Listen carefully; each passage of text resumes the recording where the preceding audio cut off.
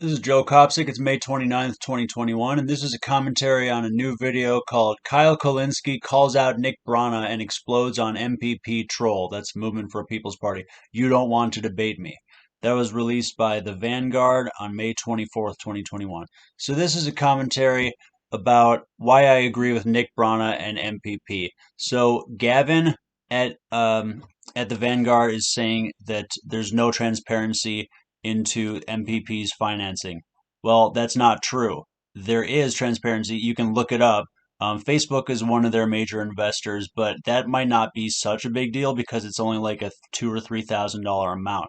There's very small amounts of money, like the highest contributors, like contributors by dollar amount. There's no company or pack that's over like $2,000 or $3,000. You can look this up, and Gavin's trying to say that because of the election laws, you can look this up. It's like it's dark money. We know who's founding it. He's like comparing Nick Brana to some like lord or something. Like he's the corporate CEO of this thing. Um, I mean, so there's a number of other mistakes that Gavin made. First of all, he said the Green Party.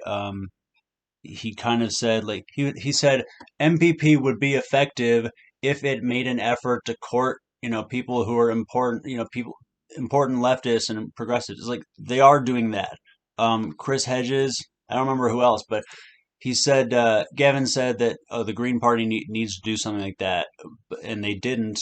They need to find better candidates like Howie Hawkins, with the exception of Jesse Ventura, who Howie Hawkins beat. It's like that is not exactly what happened in the 2020 Green Party convention. Dario Hunter was the runner-up, but so Howie Hawkins wasn't allowed to be officially nominated, and the Green Party broke its own rules to nominate Howie Hawkins, and Dario Hunter was the second person who could have been. And then Jesse Ventura only won Alaska, so that's not exactly what happened. But anyway, his point, Gavin's trying to say that MPP is not recruiting. They have gotten a few people. Um, it's like they weren't able to get Bernie, so maybe that's why Kyle Kulinski is criticizing their lack of ability to get left wing people. Sorry, I'm just trying to look up who exactly is supporting this so I can get the record. Not He declined to be the figurehead, Bernie Sanders. Um, Speakers at the convention in 2020 for Movement for a People's Party included Marianne Williamson, Jesse Ventura, Nina Turner, Jimmy Dore, Cornel West, Chris Hedges, Ryan Knight. So they are actively courting people who are well-known people on the left. You could always say, "Oh, they're not famous enough." Well, sorry, but there's not a lot of famous leftists. There's not a lot that I can do about that besides try to drag people left. So obviously, I'm not going to try to say that Kyle Kulinski is just doing this to support the Justice Democrats because, like, he admits that kind of failed. And yeah, we should have suspected as much because they're affiliated with the Young Turks. Um, and also, by the way, I genuinely don't feel that Kulinski and Cenk Uygur know what they're doing in terms of politics. Remember, Kyle Kulinski, like, as far as I know, he's not a constitution expert. He's not an economist.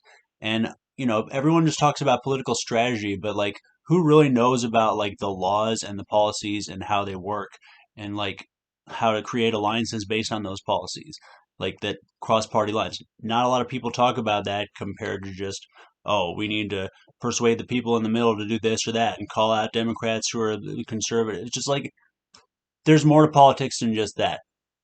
So, Justice Democrats is an American progressive political action committee. The Justice Democrats is a political action committee. It is a PAC. That means it's basically private. It's not public. Um, and it's not a party. It's not an attempt to create a party. It's also not an ideological caucus in the Democratic Party. It's just a PAC that runs and endorses candidates. So there's 7 Justice Democratic candidates: AOC, Presley, Tlaib, Omar, Ro Khanna, Rahul Grijalva, Pramila Jayapal. Those are the ones who won their electoral congressional districts in 2018. I'm reading that off Wikipedia. So they endorse candidates, but those people didn't form a Justice Democrats caucus in the Democratic Party. because I don't know if people really know what an ideological CMO is. A CMO is a congressional member organization.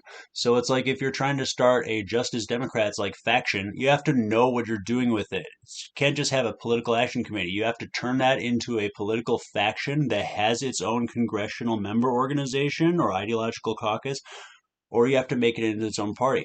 And I I don't agree with Kyle Kulinski. I mean, he's right that yeah, third parties don't have traction, but it's like that's because you won't consistently support one.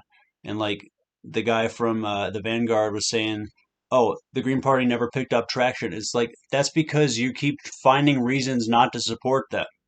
I supported the Green Party despite some reservations I had about them. They seem to be the only people who weren't, who weren't murderers or Nazi profiteers or like pedophiles and shit. So vote Green.